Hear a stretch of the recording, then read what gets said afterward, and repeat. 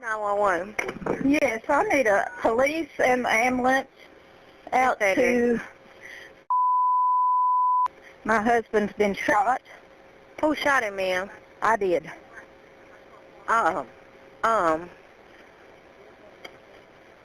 Were y'all arguing or something, ma'am? Yes, ma'am. Let me transfer you to the ambulance service, okay? Is he breathing? I don't know. Are you still there? Yes. Hold on. I'm transferring you to the ambulance service. Do you still have a gun, ma'am? No. Ambulance service. 911 transfer. Yes. I need an ambulance and a police out. And what's going on? My husband's been shot. Okay. And where's he shot at? Do you know? In the leg, I think. Okay. Is the person that shot him still there? Yes. Okay. What's your telephone number? All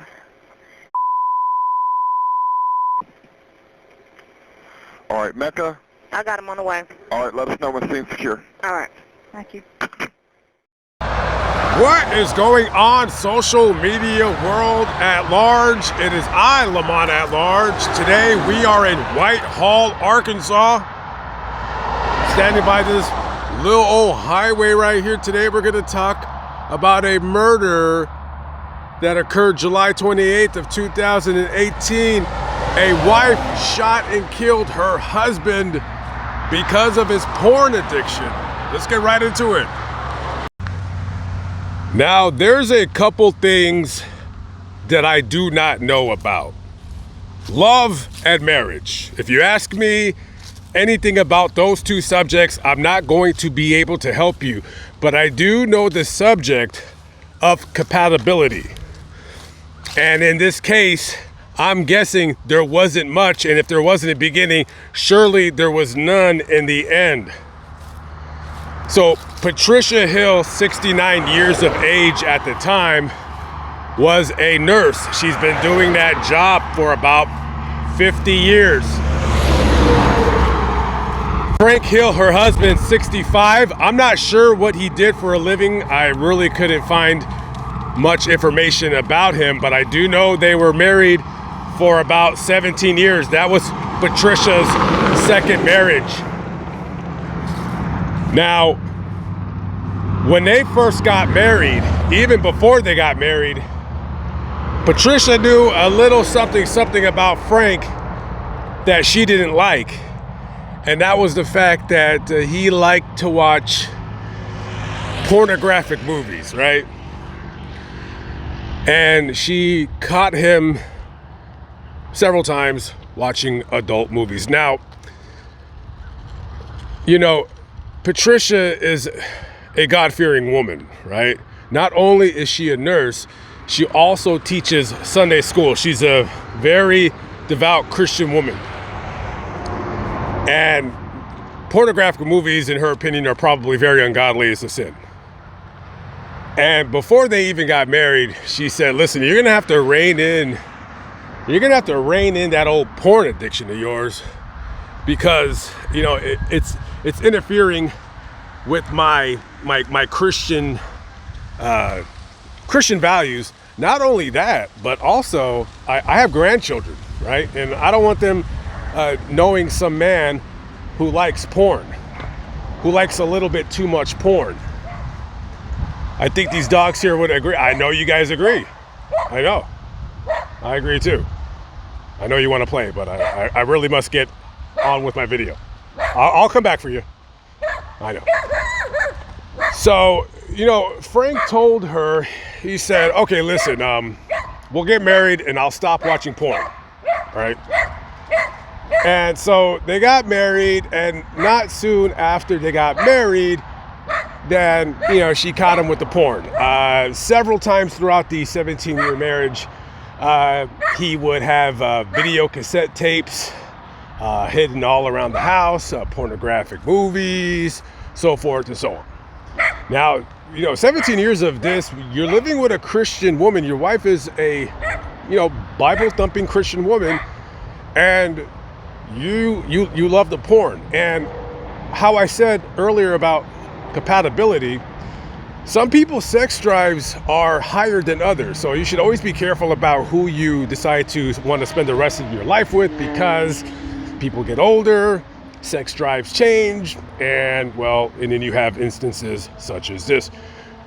So one day into the marriage, Patricia, she notices on their Dish Network cable bill that there is an order or a subscription order for a pornographic channel.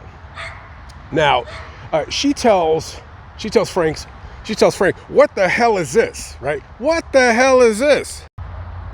What the hell is this with this dog barking in my video? I'll be back for you. I know. So she says, what's going on? What's with the porn?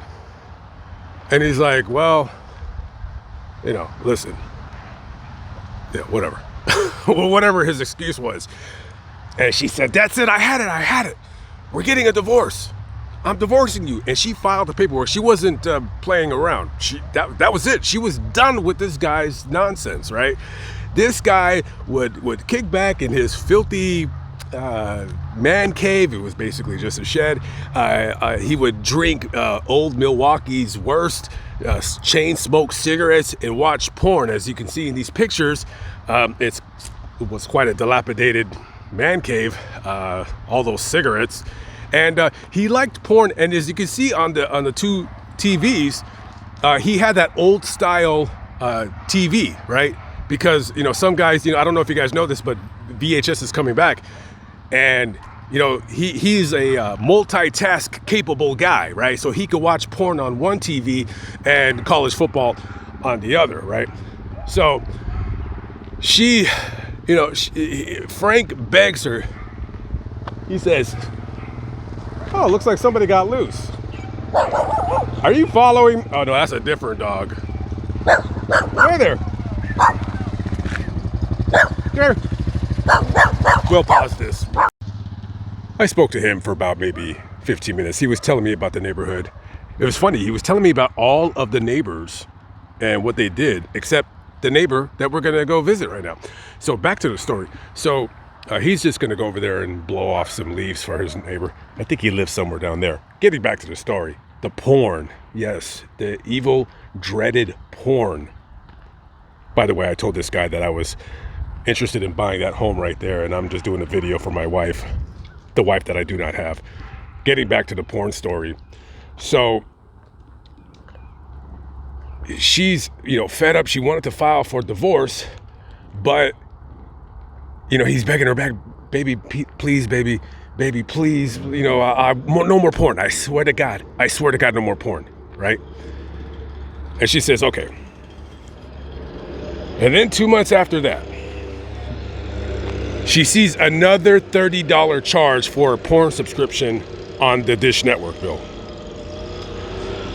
So she comes charging out of the house into his squalid man cave of filthiness. And she says, what the hell is this? What the heck? Well, she probably didn't say hell, but she said, what the heck is this? What the heck is this?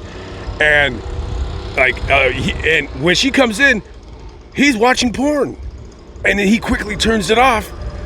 And she's like, and she snaps, right? She snaps. You're watching porn, you're filthy, you're the devil. The devil is in this man cave, filthy man cave of yours. She upends his table, runs into that home, right in the middle of your screen. She grabs her .22 caliber pistol, right? And then she comes storming. Okay, we had to stop and talk to another neighbor. Okay, so this is the home right here where the murder occurred. So she basically goes into the home, gets her .22 caliber pistol, comes back into his man cave, his filthy man cave, and she shoots at the table to, what she said is to get his attention. But in actuality, she shot him in the knee and then in the head. And she called 911. And of course, when they came to get him. And that was it. That was, there was nothing they could do. He was pronounced dead at a hospital nearby. But that is the house.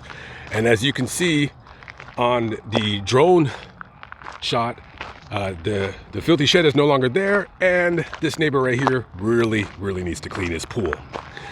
Okay, let's make our way out of this neighborhood because I got to do better with a camera, guys. I got to get a hidden camera, but luckily I played it cool, and there was a house for sale, so I kind of lied to everybody. I hate lying to people, but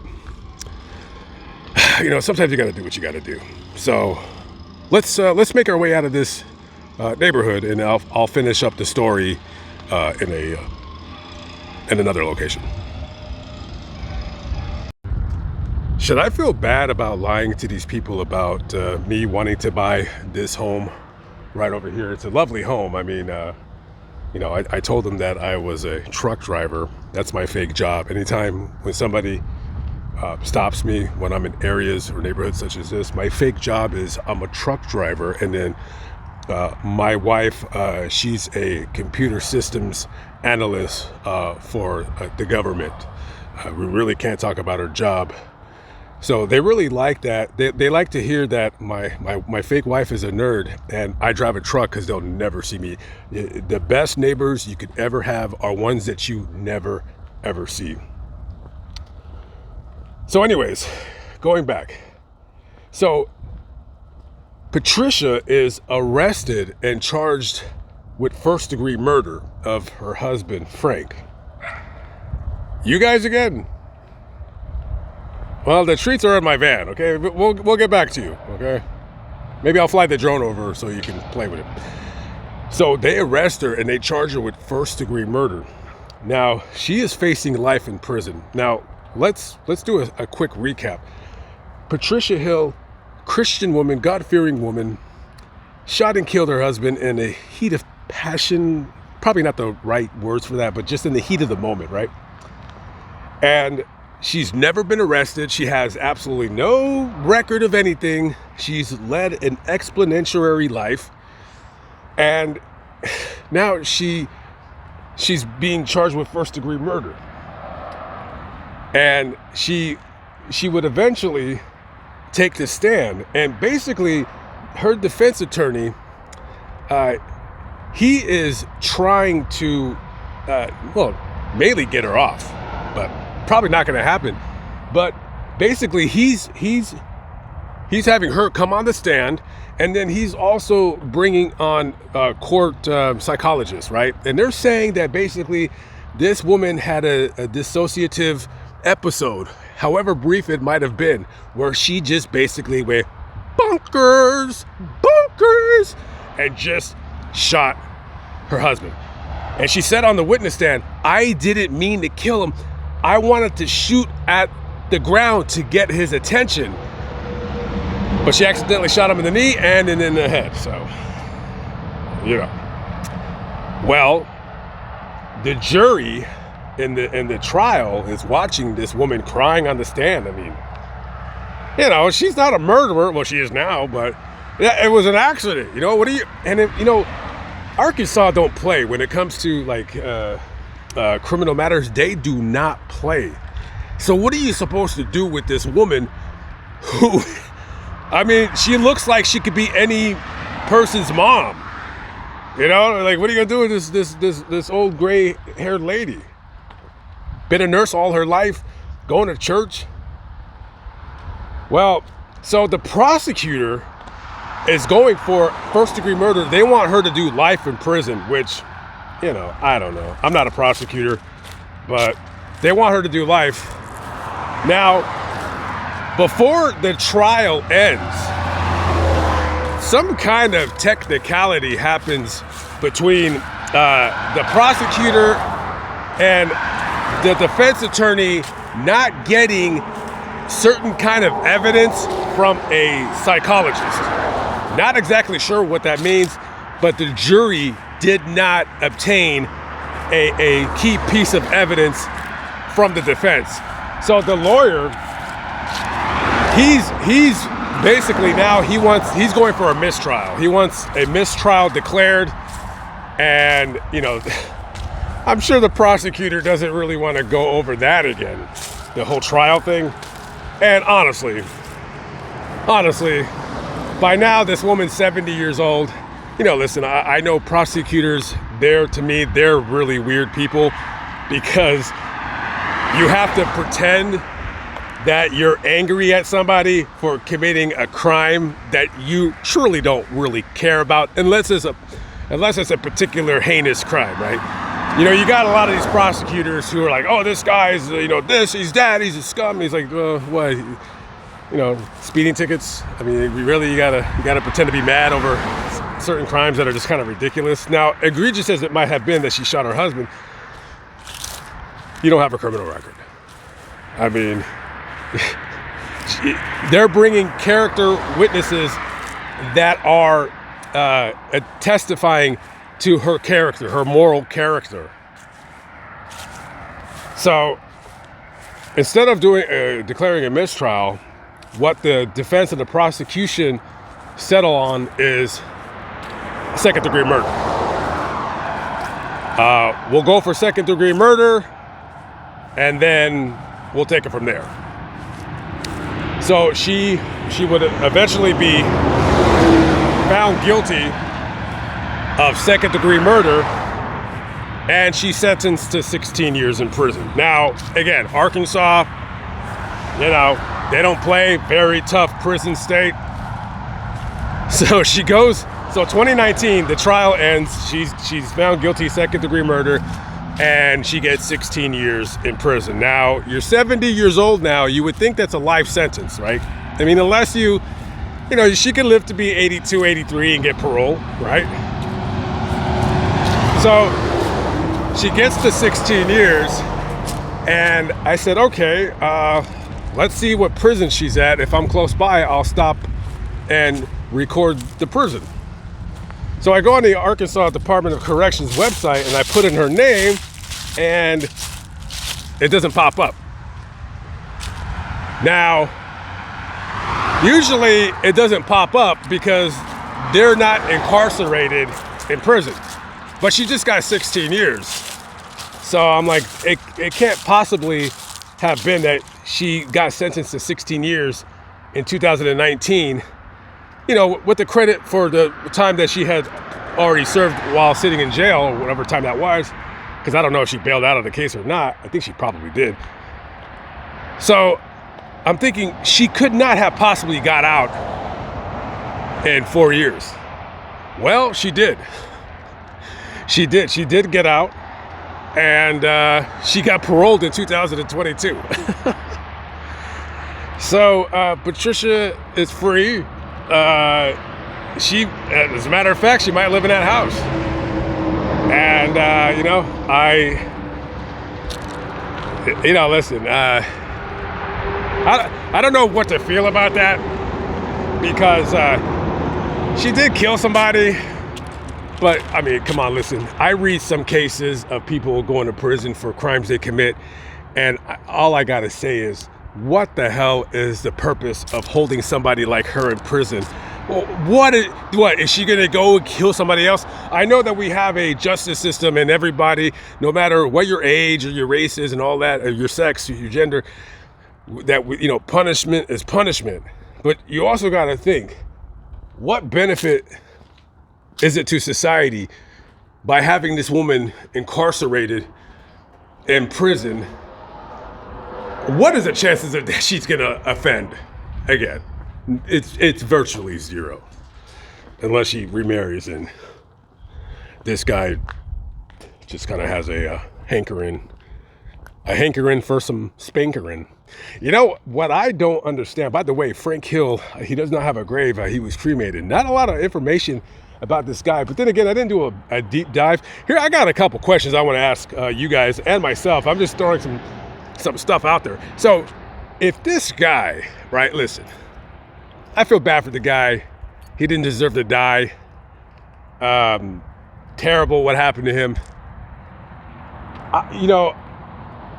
I wish this guy could have called me for advice, right? He could have called me. He could have said, hey, man, I want to watch porn, but my wife, I don't want her to catch me watching it. Bro, you got to get a cell phone. And then why are you paying for porn? It's free. I mean, well, anyways, let's keep going. Point is what I'm saying is that porn is free. Why are you paying for it? I mean, God bless if you want to pay for it, go ahead. But he could have just got a phone, watched all the disgusting videos, which a lot of you out there watch, don't lie, and it would be free. And she would have never known the difference. See, what he should have done, instead of that disgusting man cave filled with all kinds of ointments and lotions and oils and DNA and whatever, what he should have done, and I wish he was alive today because I would have told him this. I would have told him, just get a van, take $5,000, get yourself an old 1990s conversion van, right? And just be like, yeah, I'm assuming he's probably retired. And I'm going to say to him, get yourself a van, get yourself a cell phone, hook up a flat screen in that van, and just go out for a little road trip every now and then. Just be like, yeah, I'm going to go down to Shreveport. And then, you get your porn on your phone and go to town, which is kind of what he was probably doing, going to town. But, yeah, I don't get it. It's a $40 a month. Well, no, you got to go to AT&T. I was going to say you can go to Boost Mobile for $40 a month, but then their service is going to be slow. When you watch porn, you want your porn played at a very fast pace, no pun intended. You want your porn to not be buffering, no pun intended. You can take that whichever way you want. You want to go with AT&T. That's who I'm with. Verizon might be better. Your porn might be download faster, might stream faster. But, a seasoned pro would say probably, I think I'm talking too much in this video. That's what he should have done. He should have just had his own mobile sex, weird porn vehicle abode. Hell, he could have came right here. He could have took his van and be like, hey, I'm going to Walmart, and just come right there and just bang, boom, pow, right there, kids. Just right there, old Frankie boy chilling in the park. I could just imagine him, coming here, I could have probably used a better word. 8 o'clock at night, park right there, chill out, drink your beer. You're a block away from your home, drink your beer in your van, and just chill out, and then have everything. You build a battery bank, you get your little solar panel. I should really probably start a channel on van living and solar panels and batteries and all that stuff. But yeah, I see stuff like that, man. I wish I would have known this guy, so I could have just been like, dude, just get a freaking van and smoke your cigarettes and drink your beer. You could pop up right here. You're a block away. You ain't gonna get a DUI if you're just driving one block. Well, unless you crash into that ravine. Then you're screwed.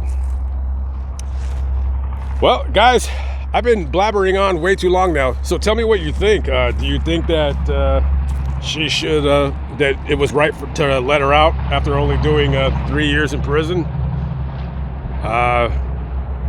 Do you think she'll ever remarry again? I think she's done with men. I think she's already shot one husband. I don't think she's gonna marry again and shoot another. But I ain't gonna lie. Terrible what happened. But it doesn't serve society, so I'm glad she's out. And I don't know if she lives there. Probably still does. I'm out of here. I gotta get in the van. I'm hitting the road. I'm going west. Catch up with you on the next one. Peace out.